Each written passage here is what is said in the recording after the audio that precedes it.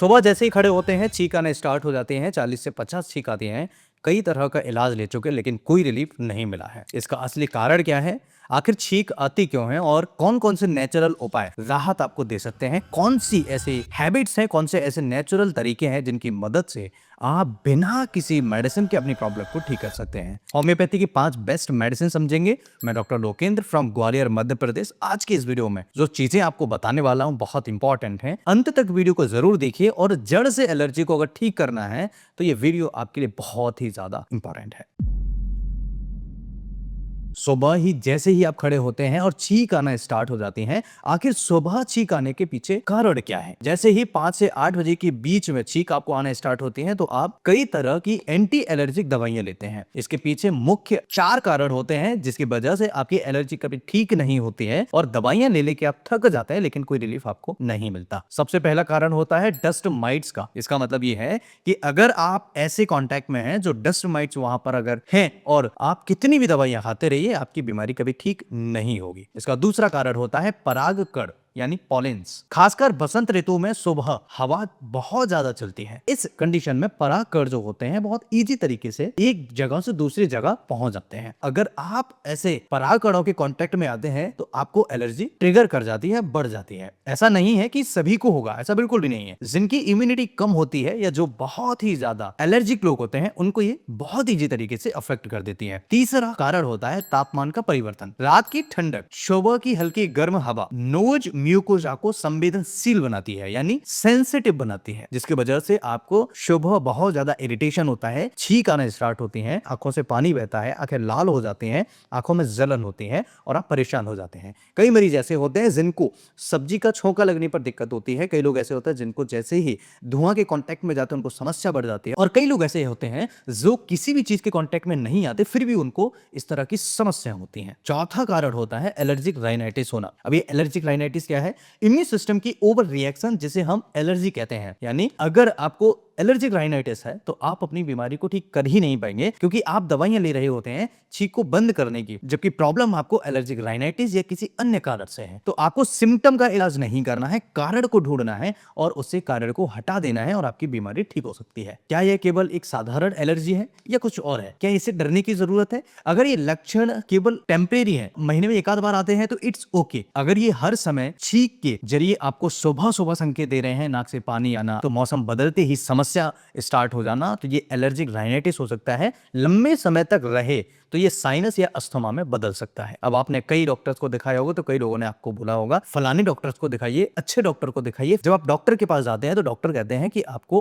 Asthma हो चुका है। उसका कारण ये रहा कि आपने प्रॉपर एलर्जी का ट्रीटमेंट नहीं लिया जिसकी वजह से आपको अस्थमा हो गया। क्या ऐसा उपाय करें जिससे आपको तुरंत विद इन मिनट्स रिलीफ हो जाए? सबसे पहला उपाय आपको क्या करना है, गुनगुने पानी से भाप लेना है। दिन में 1 से 2 बार स्टीम लीजिए। नाक के मार्ग को साफ करने में यह मदद करता है जिससे आपकी एलर्जी कम होती है, इवन आपको छींक आना थोड़ा कम हो जाते, रुक जाते हैं। दूसरा उपाय होता है सलाइन वॉश करना। सुबह उठते ही नमक गुनगुने पानी से नाक साफ करें। तीसरा तरीका, बिस्तर धूप में रखें। हफ्ते में 1 बार तकिया और गद्दे को धूप में सुखाएं, जिससे क्या होगा, जो डस्ट माइट्स हैं, जो कॉज है वो हटे और आपको आराम मिलना स्टार्ट हो। चौथा उपाय, सुबह तुरंत ठंडी हवा से बचें। एकदम से खड़े होकर तुरंत बाहर न निकले। थोड़ा सा 15-20 मिनट का टाइम स्पेंड करें रूम में या अपने बिस्तर पर ही 10 से 15 मिनट का टाइम स्पेंड करें, उसके बाद अपने घर से बाहर निकलें। ये बहुत इंपॉर्टेंट चीज है। कई लोग होते हैं जैसे ही खड़े हुए और सीधे निकल के चल दिए, ऐसा बिल्कुल भी नहीं करना है। अगर आप ऐसा करेंगे तो परेशान होते रहेंगे। खिड़की तुरंत ना खोलें, ये भी बहुत बड़ी बात है। एकदम से खिड़की खोलें तो हवा बहुत तेजी से अंदर आती है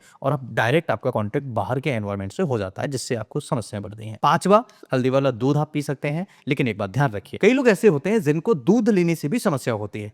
शाम को खट्टी चीज ले ली, ठंडी चीज ले ली, दूध ले लिया, तब आपको समस्या बढ़ती है। तो शाम के समय अगर दूध लेने से प्रॉब्लम है तो आप शाम को अवॉइड करिए, सुबह लेना स्टार्ट करिए। छठवां उपाय प्राणायाम, जो हमारे दादा परदादा हमारे ऋषि मुनि बता के गए हैं। प्राणायाम, अनुलोम और विलोम 10 मिनट तक कम से कम करिए। 10 से 15 मिनट अगर आप डेली अनुलोम विलोम करते हैं, प्राणायाम करते हैं, तो आप देखेंगे आपके नेजल से रिलेटेड कई सारी प्रॉब्लम्स, यानी आपका जो नेजल से छींक आना, राइनाइटिस होना, फेफड़ों से संबंधित जितनी भी समस्या होती है वो ठीक हो जाएगी। अब होम्योपैथी में कैसे आप जड़ से ठीक कर सकते हैं? देखिए, होम्योपैथी किसी भी बीमारी को जड़ से ठीक करने में बहुत ज्यादा मदद करती है। इसका सिद्धांत है, होम्योपैथी शरीर की इम्यून सिस्टम को बैलेंस करती है, सिर्फ लक्षण नहीं दबाती बल्कि एलर्जी की प्रवृत्ति को कम कर देती है। अब जानते हैं 5 बेस्ट होम्योपैथिक दवाएं जिनसे एलर्जी की समस्या को ठीक किया जा सकता है।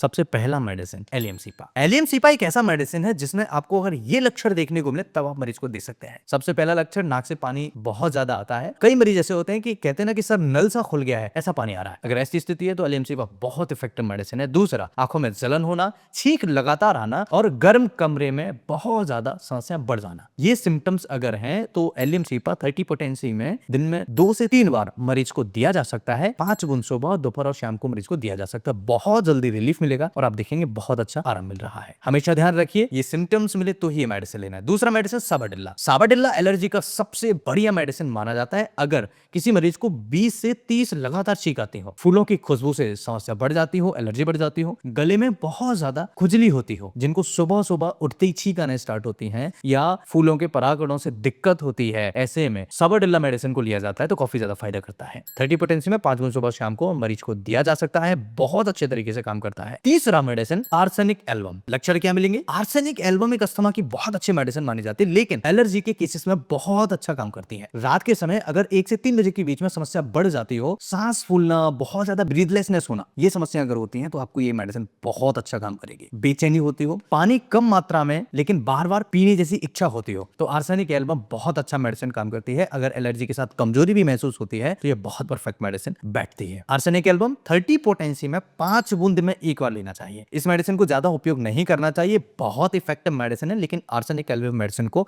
विदाउट डॉक्टर कंसल्टेशन को कभी भी किसी को नहीं देना चाहिए। चौथी मेडिसिन नेट्रम म्यू यानी नेट्रम म्यूरेटिकम। बहुत इफेक्टिव मेडिसिन है। क्या लक्षण मिलेंगे? सुबह छींक आती है, धूप से समस्या बढ़ती जाती है, जैसे जैसे धूप बढ़ेगी समस्या बढ़ेगी, होठ फटना स्टार्ट हो जाते हैं। आपने कई बार देखा होगा, बहुत ज्यादा लंबे समय से परेशान है, तरह तरह की दवाइयां खा ली लेकिन रिलीफ नहीं मिलता। 5 बूंद सुबह शाम को मरीज को देने से आराम मिलता है। पांचवा मेडिसिन, ये मेडिसिन आपने बहुत उपयोग करी होगी क्योंकि इस मेडिसिन का जो यूज होता है वो ज्यादातर केसेस में डाइजेस्टिव सिस्टम से रिलेटेड होता है। जिनको गैस, एसिडिटी बहुत ज्यादा होती है, खाना खाने के बाद प्रॉब्लम्स बढ़ जाते हैं, ऐसे केसेस में दिक्कत ज्यादा होती है। तो सुबह सुबह अगर किसी को 5 बजे के या 7 बजे के बाद उनको छींक बहुत ज्यादा आती है, समस्या बढ़ जाती है, जस्ट आपको बताया कि ये मेडिसिन बहुत इफेक्टिव है ऐसे पेशेंट के लिए जिनको कब्ज से रिलेटेड गैस, एसिडिटी, इंडाइजेशन रहता है। एलर्जी के केसेस में भी काफी ज्यादा मदद करती है। जिनको कब्ज हो, समस्या 5 बजे के बाद या 7 बजे के बाद बढ़ जाती हो या 5 से 7 के बीच में बढ़ती हो, शहर में रहने वालों में बहुत आम समस्या होती है और ये बहुत इफेक्टिव मेडिसिन होती है। जो शहर में लोग रहते हैं उनको बहुत अच्छा सूट करती है। हमेशा ध्यान रखिए 5 बूंद सुबह, 5 बूंद शाम को मरीज को देने से आराम मिलता है।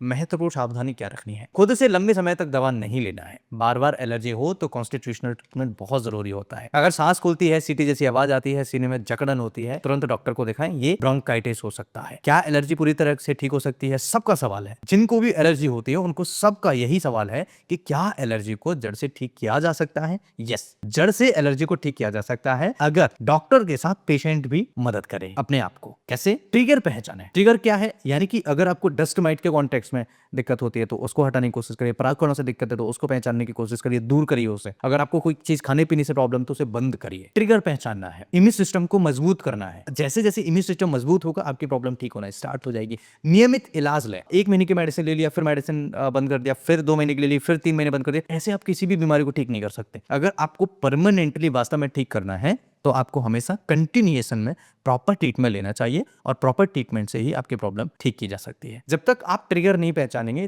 तब तक आप किसी बीमारी को ठीक नहीं कर सकते।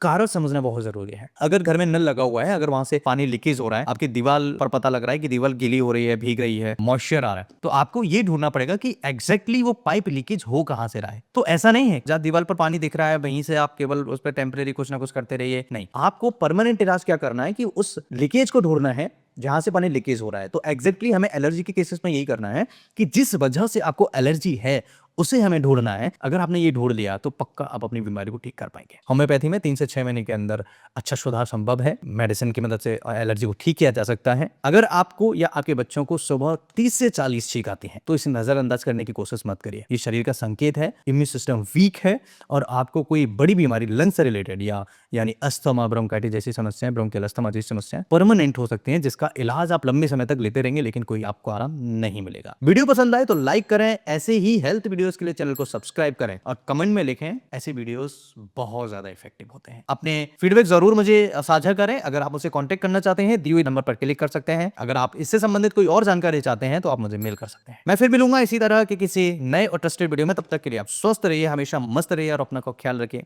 मुस्कुराते रहिए। नमस्कार।